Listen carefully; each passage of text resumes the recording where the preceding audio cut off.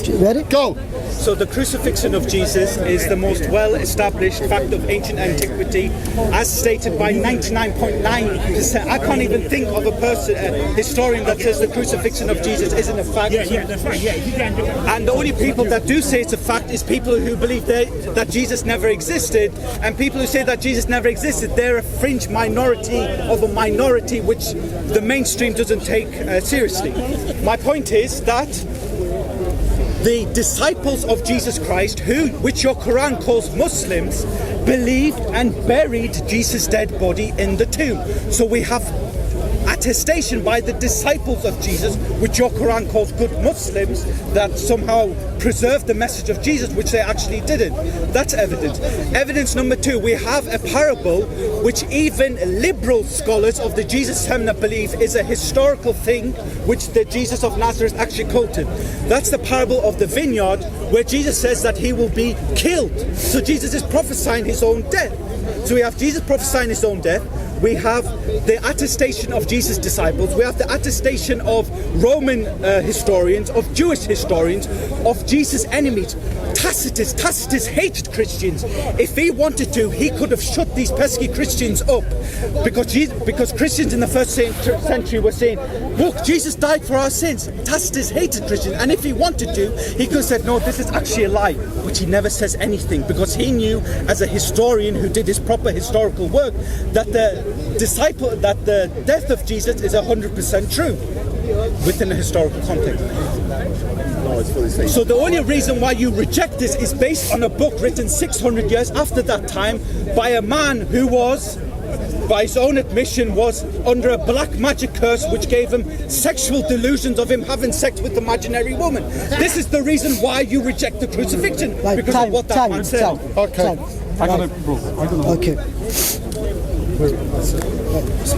Bismillah, salatu wassalam ala Rasulullah. You may begin.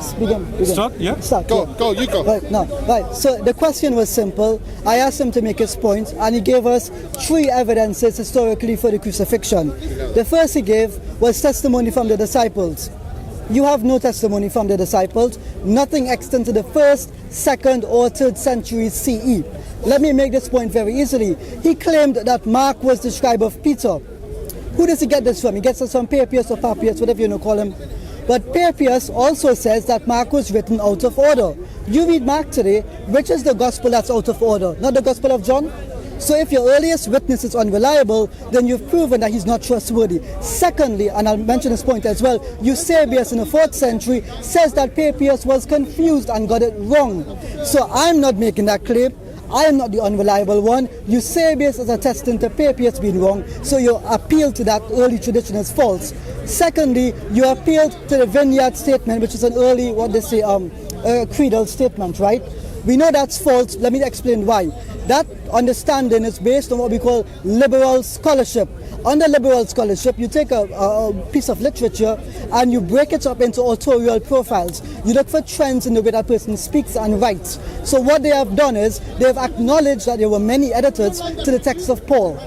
And then because there were many editors, they traced the language to be the most primitive in that specific place. So if you're going to argue that this creed or this phrase was early, then you don't understand how philology works. You can argue it's early or later. All the scholars are saying, the philologists, is that it's different from the normal authorial profile of Paul, so they cannot determine where or when it was written. The only criteria they used to say it was early was because of the primitive language, but that does not necessitate that it is early. Anyway, the Jewish historians don't matter. Tacitus, 9th century, Josephus, 11th and 13th. Just read the manuscripts and you'll see yourself. Professor, this is absolutely ridiculous.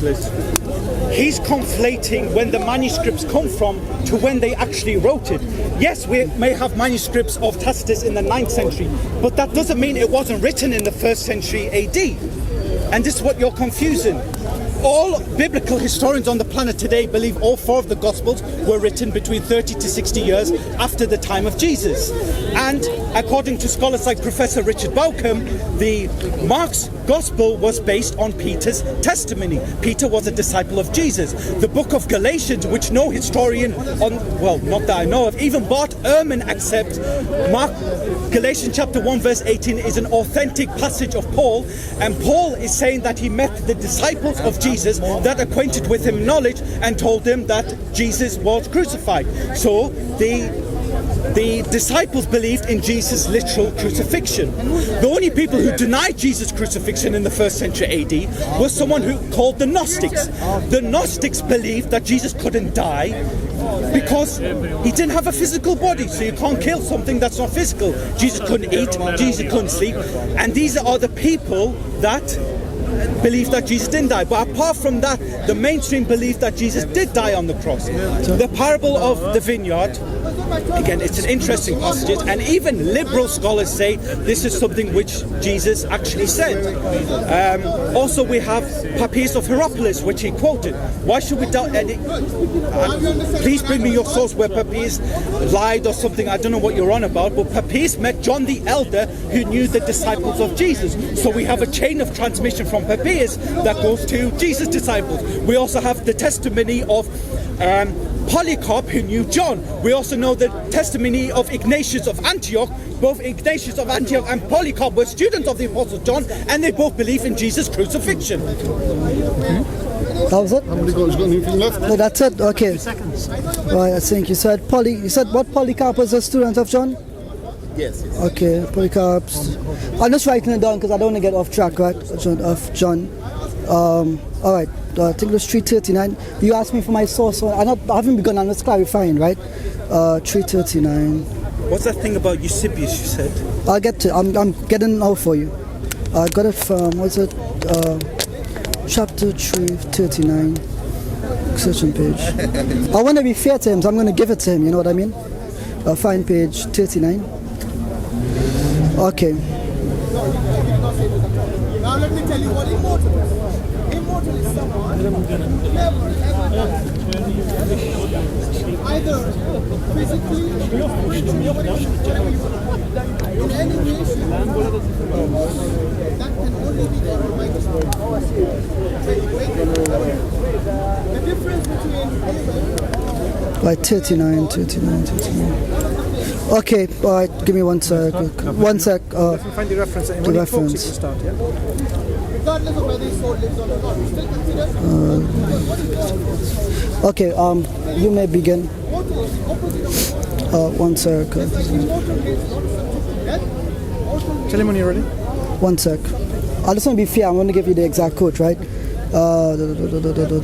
ready? 1 sec. Let him get the quote.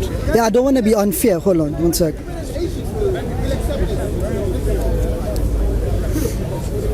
Can I just say I've got a bus that I need to catch soon to the north. Okay, no problem. Okay, all right. So I'll quote the reference after. Let me get to your points, right? So your points are this. Your first, right, you may begin. ready? Yeah, you may begin. Right. So his first point was Galatians 1:18 is authentic. Again, I bring you back to, I'm not asking you for the conclusions of others, right? Because if we were just to adopt the conclusions of others and the earth is flat and the sun is inside the dome, I'm not going to do that, right? What is upon us is that we must judge the evidence that lead to the conclusions. We are not a people just to take conclusions. So I'm putting it towards you. The philologists say because the text is different from the normal Pauline style of writing, it means that it's from a different author. So you have to make a concession here. Philologists. You said Galatians 1:18 and the other one that you mentioned as well with the creed. I'll get to the Vineyard Creed, right? So I'm putting it forward to you. If you're going to accept the conclusions of the philologists, Padre's calling you. right. If you're going to accept the conclusions of the philologists, then you must accept the presumption of the science, which is that the New Testament books weren't written by one author but by multiple anonymous editors. So if you're going to appeal to that, then you need to follow through on your argument. Secondly, you said I conflated the date of the extant manuscripts with original authorship, referring to Tacitus and Josephus. No, I didn't expand my argument fully, but it's simple. You can't appeal to, I never said it wasn't a first century work, but I'm saying to you the version that exists today is from 900 years later. You said earlier to Mansour, how can you accept the Quran 600 years later? But you wouldn't accept Tacitus from 900 years later. Same thing with Josephus, 11th and 13th century. You said that, what was this? Tacitus would have written things against the Christians. We don't know what he originally transmitted. 30 seconds. Yeah, you don't know what you originally transmitted. So textual criticism needs to be done to that. And in any case, the end conclusion will be an authorial profile. That's hypothetical. Lastly, you said Polycarp was a student of John. How we know this is false is that Polycarp never once quotes the Gospel of John, and he never says which John he met. He just said he met a John. It could be John the Presbyter, it could be John the Elder, John of Patmos. We don't actually know historically. That's it? One? Yeah, exactly. Can I have 2 seconds just to look at some stuff? Yeah, give him time. Yeah. 2 seconds, Rob. Go. No, he's joking, he's joking. Yeah, I didn't give him the Eusebius reference, so give me a sec. I can't remember what he said now. That's what I was writing down. God, look at that. Just remind me what you said, just a quick summary. Sorry, I've had a long Okay, yeah, you're wrong. I'm joking. Right, so I told you if you're going to accept the conclusions of philology, then you need to understand how the science works and what it actually states. Right. The other thing was conflating Tacitus and Josephus' original writing date, and the last one was Which John? yeah, which John he actually says he knew, and yeah, I think that was it. Yeah. Did I leave out anything? 3 points you made. Yeah. Polycarp. Man, 2 minutes is so short. Yeah, so extend to more longer. So No, you can have he has a bus to go. I'm not going to keep him here. But So he's making this sound like... are you going? Are you Yeah, going? go. So he's making it sound like that because we have later manuscripts that we can't possibly know what the earlier ones is. According to actual textual critics like Professor Craig L. Blomberg, we can accurately reconstruct the entirety of a New Testament with a 99% accuracy. Also, in a past few videos, he said that the title, the inscriptio of Matthew, was added later on. Because in the 2nd century there was no title, but further on there were titles saying Evangelion or Matteo. But that's not true. We have a flyleaf that has this that comes from the 2nd century AD. And so again, that's not true. We also have, and he says, Justin Martyr talks about the memoirs of the Apostle John. Justin Martyr was a disciple of the Apostle John, and he believed that in the crucifixion. Then what else? My mouth is dry. First John. Polycarp and John. Polycarp. Which John? Which John?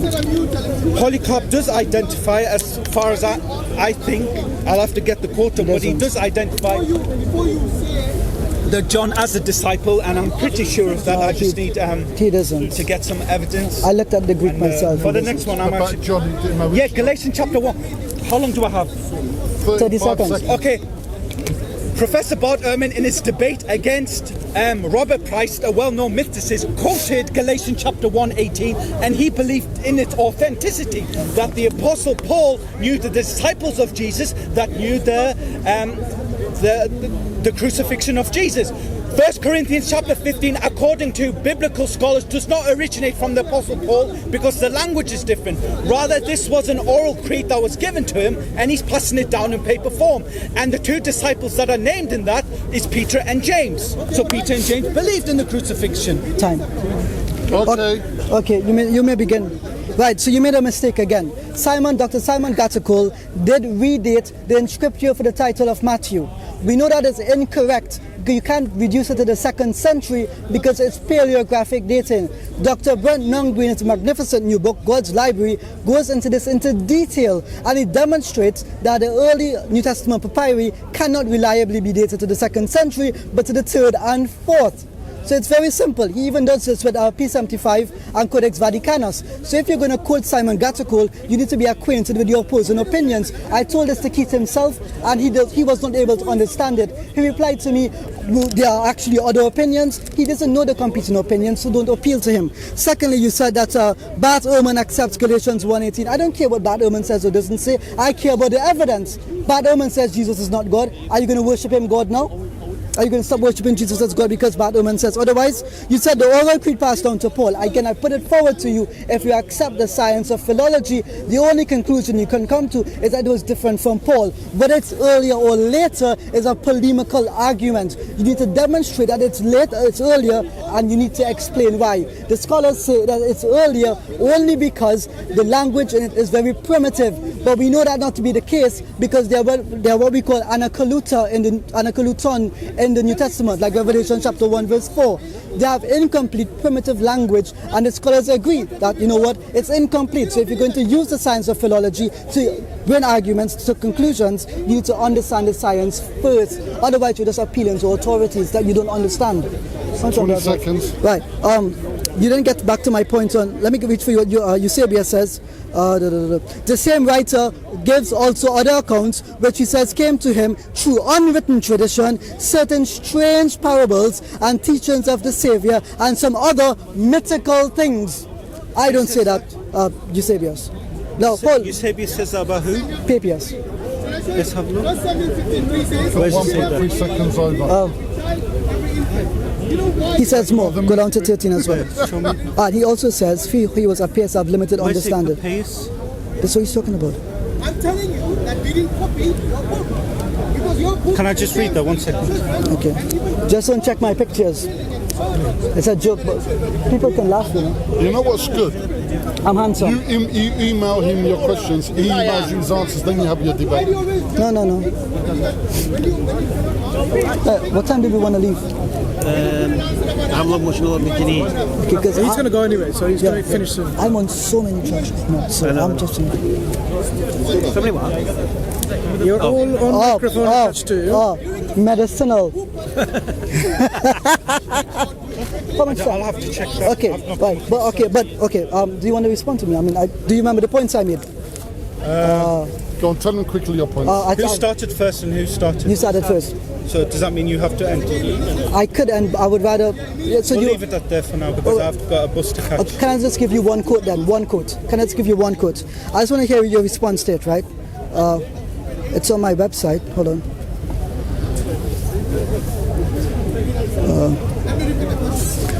All right. So, guys, I'm reading from Eusebius, right? And he's writing in his work, The Preparation for the Gospel, Book 12. Chapter 31. This is what he says, that it will be necessary sometimes to use falsehood as a remedy for the benefit of those who require such a mode of treatment.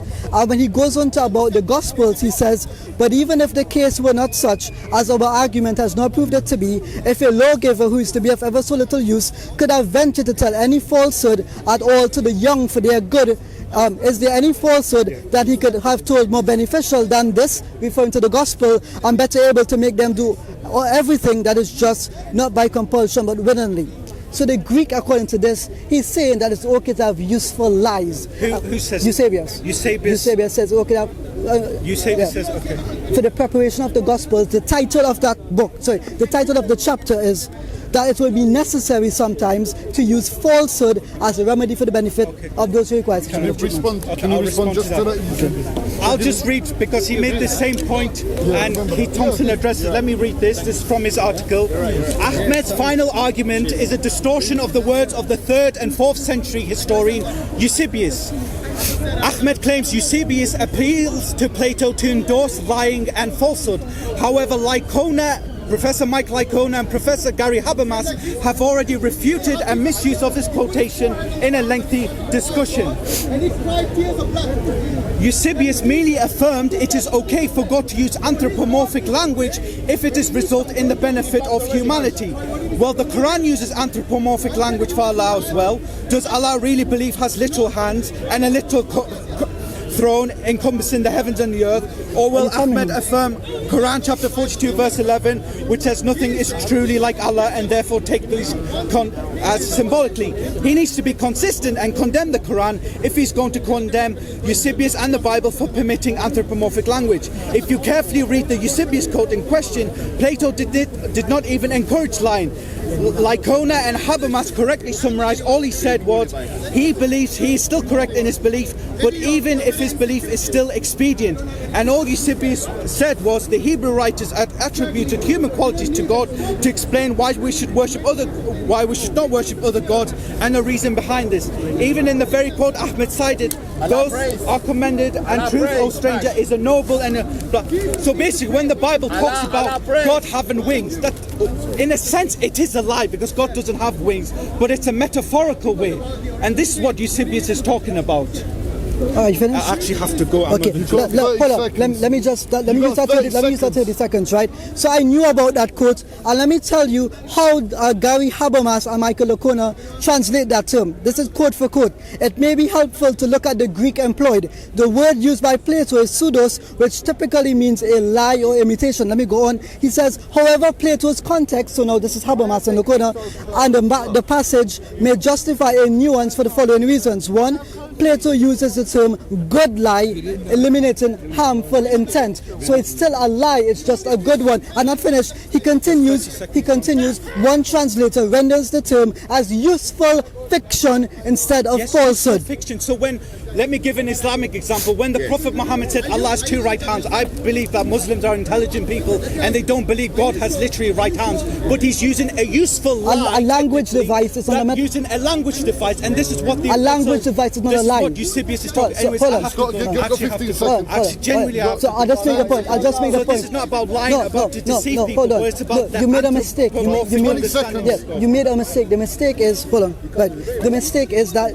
it's not about describing God. It's about fiction within the Gospels that have nothing to do with the nature of God. It's useful to lie once it brings you to the conclusion. Talking about just the anthropomorphic attributes of saying God has wings. Obviously, God doesn't have wings, so in that sense, it is a lie, but still just a metaphorical device. Right. So a language device. So a lie is a language device.